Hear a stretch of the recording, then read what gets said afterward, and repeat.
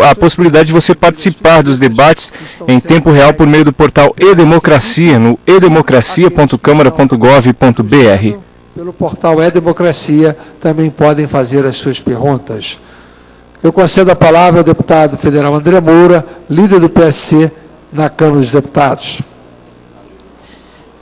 Excelentíssimo senhor presidente da Câmara dos Deputados, que ora preside essa sessão da Câmara de Gerantes, deputado Eduardo Cunha, excelentíssimo senhor presidente Hélio de Souza, da Assembleia Legislativa do Estado de Goiás, cumprimentar aqui o nosso segundo secretário, deputado Felipe Burnier, que tem feito um grande trabalho, que hoje lançou, aqui no Goiás, mas já lançou essa semana na Câmara Federal, o Prêmio Brasil Mais Inclusão, numa semana que marca a luta das pessoas com deficiência. Parabenizar pela iniciativa, Felipe, que tem trazido mais uma inovação na Câmara Federal, na gestão do presidente Eduardo Cunha, sob a sua liderança enquanto segundo secretário da Casa. Cumprimentar o deputado Marcos Pereira, cumprimentar os deputados federais do Estado de Goiás, que aqui também acompanham esse programa Câmara Itinerante, nosso querido Alexandre Baldi, que desde ontem nos acompanha, nosso querido Pedro Chaves, Daniel Vilela, Lucas Vigílio, Marcos Abrão, e fazer uma saudação aqui muito especial ao querido amigo, deputado, sempre deputado, eterno deputado Sandro Mabel, que fez um brilhante trabalho enquanto relator da reforma tributária, o que facilita muito o meu trabalho agora enquanto relator, uma missão muito facilitada pelo seu trabalho, Sandro, mas na certeza que lhe substituir nessa nova missão é tarefa das mais difíceis pela sua competência, pelo tempo que você obviamente viajou o Brasil debatendo a reforma tributária, e exatamente porque você adiantou muito do trabalho, já deixou, e a sua relatoria serve como base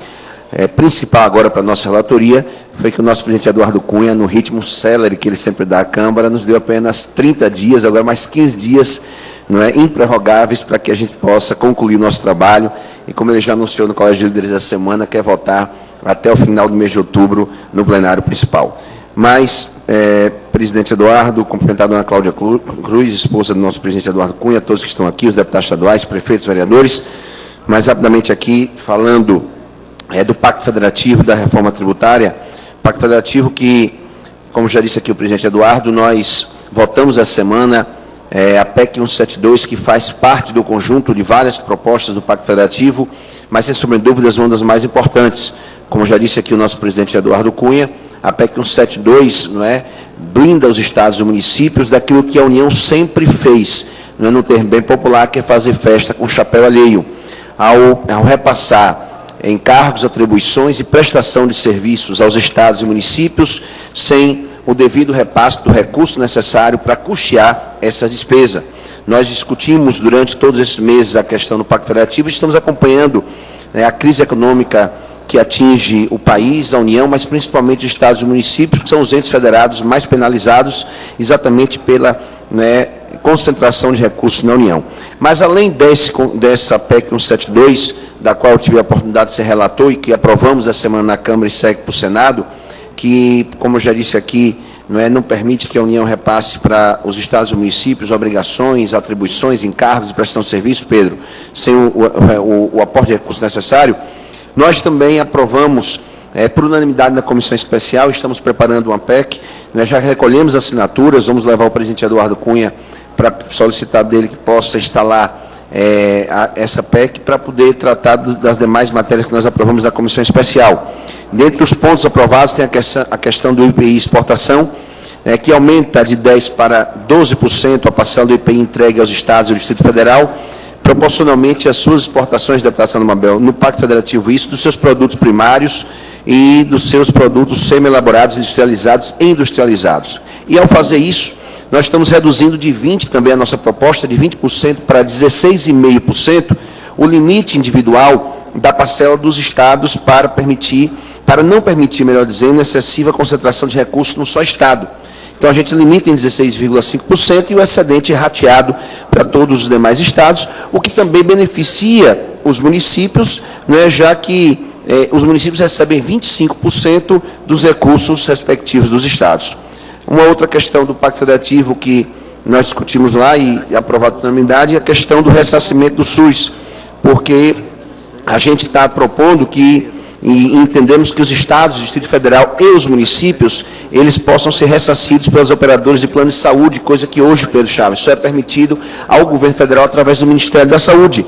Então é autorização para que os estados e municípios eles sejam também ressarcidos pelos planos privados de saúde nos casos de atendimento da rede pública de seus segurados, nada mais do que justo. Atualmente a União fica com 100% do ressarcimento no âmbito do SUS, quando o paciente é atendido não é na rede municipal ou na rede estadual. Então a nossa proposta da Comissão do Pacto Federativo é que 80% desse ressarcimento dos pacientes atendidos no sistema do SUS, seja no âmbito municipal ou estadual, ele fica assegurado para o município ou para o Estado, não é a depender de onde seja atendido, e os 20% restantes sejam ressarcidos à União.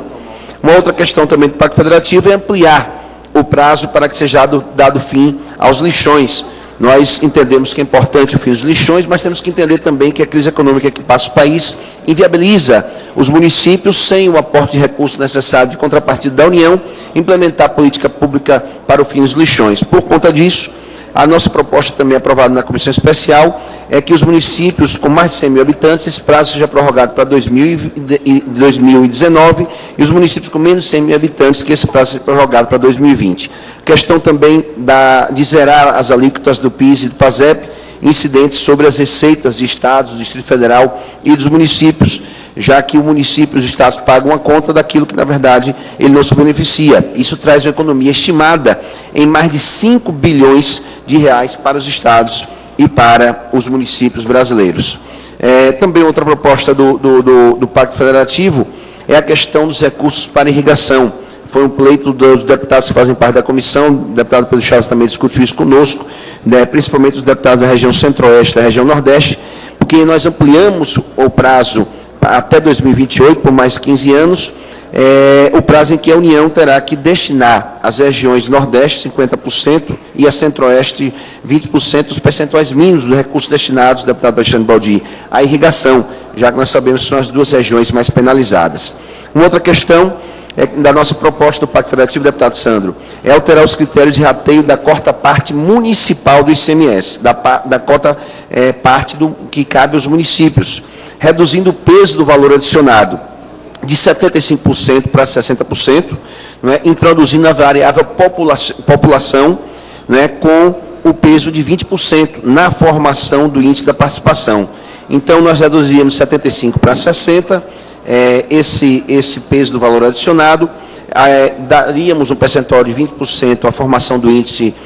através da população, e o restante dos 20% fica a critério para ser adotado através de lei estadual. E também 4 propostas em relação à educação. Uma delas é transformar o Fundeb no instrumento permanente de financiamento da educação, não é, da creche ao ensino médio. A outra é aumentar a participação da União de 10% para 20% sobre os recursos aportados no Fundeb pelos estados e pelos municípios. Uma outra questão também na área de educação é fazer o reajuste do valor repassado pela União, não é, através do FNDE para os municípios em relação à alimentação escolar. Hoje, a per capita repassada, deputado Baldi, por cada aluno, não é, para a alimentação escolar, pela União para os municípios, é de 30 centavos por aluno. E aí eu faço um desafio, qual não é, o prefeito de um município que consegue oferecer uma merenda escolar com bom valor nutricional para seus alunos com apenas 30 centavos, que é per capita hoje repassado pelo FNDE para os municípios brasileiros. Então, a nossa proposta é exatamente de fazer um reajuste para que a gente possa pagar um preço justo, para que possa ser feito um repasse de um valor justo, já que hoje a média gasta nos municípios brasileiros da merenda escolar dia por cada aluno é de R$ 2,12 e a União repassa apenas 30 centavos e ainda mais com detalhe, os repasses nem sempre são dentro do mês, o que normalmente atrasa 2 ou 3 meses na atual realidade do nosso país. A mesma coisa,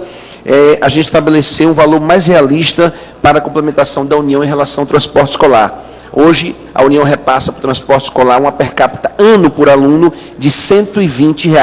o que, obviamente, não está em condição de oferecer um transporte escolar de boa qualidade, por isso que a gente vê, frequentemente, nos municípios brasileiros, o transporte escolar sendo feito de péssima qualidade, e a nossa busca é exatamente isso. E também, uma outra iniciativa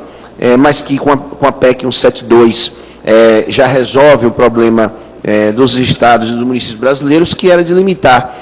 de que a União teria que complementar os gastos de pessoal com a folha do magistério, que ultrapassarem a 60%. Nós sabemos que a lei do Fundeb diz que o município ou o estado deve gastar até 60% do seu Fundeb com o pagamento da folha do pessoal e 40% para ser investido na infraestrutura, no material didático, para oferecer também as condições necessárias para os nossos alunos. E hoje, 72% dos municípios brasileiros, deputado Marcos Pereira, hoje investe mais de 80% do seu Fundeb somente na folha do pagamento do magistério. E fica muito pouco para investir no foco principal da educação, que deve ser o aluno. Hoje, 16% dos municípios brasileiros investem mais de 100% do seu Fundeb somente com o pagamento da folha do magistério. E não sobra dinheiro para investir no aluno. Por isso, se você chega nos municípios, as escolas estão em péssimo estado de conservação, não existe material didático eficiente, enfim. E aí, os nossos alunos é quem são os mais penalizados. Então, rapidamente falando, por causa do adiantado da hora, essas são propostas nossas da questão do Pacto Federativo, e volto a repetir, não é nenhuma iniciativa do presidente Eduardo Cunha, que ao viajar ao Brasil, durante a sua campanha enquanto candidato a presidente da Câmara, assumiu os compromissos com prefeitos e governadores, e no seu protagonismo, ele está cumprindo mais essa etapa do seu mandato. Já votamos e aprovamos na Câmara a PEC 172, como já disse, que é de fundamental importância para estados e municípios, o que veda a possibilidade, portanto, da União repassar encargos de prestação de serviços sem o devido repasse do recurso necessário. Quanto à questão da reforma tributária, matéria da qual o senhor relatou, que também é importante pelo trabalho que nós estamos realizando na comissão, e um trabalho, volto a repetir, extremamente facilitado pela relatoria do deputado Santo Mabel, de forma muito objetiva, por causa do adiantado da hora, a partir das discussões que nós travamos, deputado Santo Mabel, durante esses 45 dias de trabalho da comissão especial, nós sabemos que a reforma tributária é um tema extremamente polêmico. Dizer que vamos encontrar um ponto que seja de convergência e de entendimento de todos, isso é difícil. Mas as audiências públicas nos permitiu traçar um diagnóstico do nosso sistema tributário, o cuidado que devemos ter com a crise econômica que hoje atravessa o nosso país. E conforme a orientação do nosso presidente deputado Eduardo Cunha, nós apresentamos na comissão da reforma tributária uma emenda aglutinativa das 113 PECs que nós temos apensada, a PEC principal, de várias propostas que tramitam na Câmara dos Deputados há muitos anos. E nós concluímos que nós possuímos um sistema atualmente complexo, composto por tributos em demasia, essa é a verdade, com concentração extremamente excessiva sobre o consumo, e que exige, obviamente, um alto custo administrativo, tanto por parte do contribuinte, como também de administração tributária. No âmbito, por exemplo, do ICMS, o principal imposto dos estados e do Distrito Federal, a existência de 27 legislações. Veja bem, deputado Marcos Pereira, 27 legislações hoje existem no nosso país, que é um verdadeiro tormento para os contribuintes, que só aumenta o chamado custo Brasil. Além disso, a prática de atração de investimentos por meio de concessão de benefícios fiscais, muitas das vezes, ou na grande maioria das vezes, indevidos, a conhecida guerra fiscal, que é outro problema que nós temos que vencer, embora eficaz até determinada época, mas que tornou-se predatória e trouxe uma série de consequências danosas para a economia nacional, para as finanças dos estados e para os contribuintes brasileiros, tais como, por exemplo, podemos citar aqui a deteriorização das relações entre os entes federados, que nós discutimos muito no Pacto Federativo, e essa guerra fiscal contribuiu muito para essa questão entre os entes federados, o deslocamento improdutivo de mercadorias no território nacional e a erosão na base de tributação do ICMS e insegurança jurídica. Bom, como meu tempo já está acabando, mas a reforma tributária nós já discutimos na comissão, de uma maneira geral, todos concordaram com aquilo que aquilo que nós apresentamos como proposta. Como já disse aqui o nosso presidente deputado Eduardo Cunha, nós agora vamos discutir com as lideranças dos partidos que compõem o Colégio de Líderes, mas concluímos o nosso relatório e temos a certeza que trata-se de uma proposta de consenso, não é, na nossa comissão, e que eu espero que a gente possa, no protagonismo que tem o presidente Eduardo Cunha, levá-la para o plenário, como já anunciou o presidente, até o final do mês de abril, e nesse sentido, nós vamos conclamar, obviamente, os deputados e deputadas para que possam contribuir para que verdadeiramente essa reforma tributária ela torne sua realidade, com muitas outras matérias que na gestão do presidente Eduardo Cunha tem avançado na Câmara, como foi a questão da redução da maioridade penal. Tenho certeza a PEC 172 do Pacto Federativo e outras iniciativas que irão ajudar os estados e municípios, mas também a missão de que a gente faça progredir, prosperar e ser aprovada uma reforma tributária mais justa com o contribuinte brasileiro, nessa inversão de valores que infelizmente hoje no nosso país, que quem ganha mais não paga menos, quem ganha menos paga mais. É só isso, senhor presidente.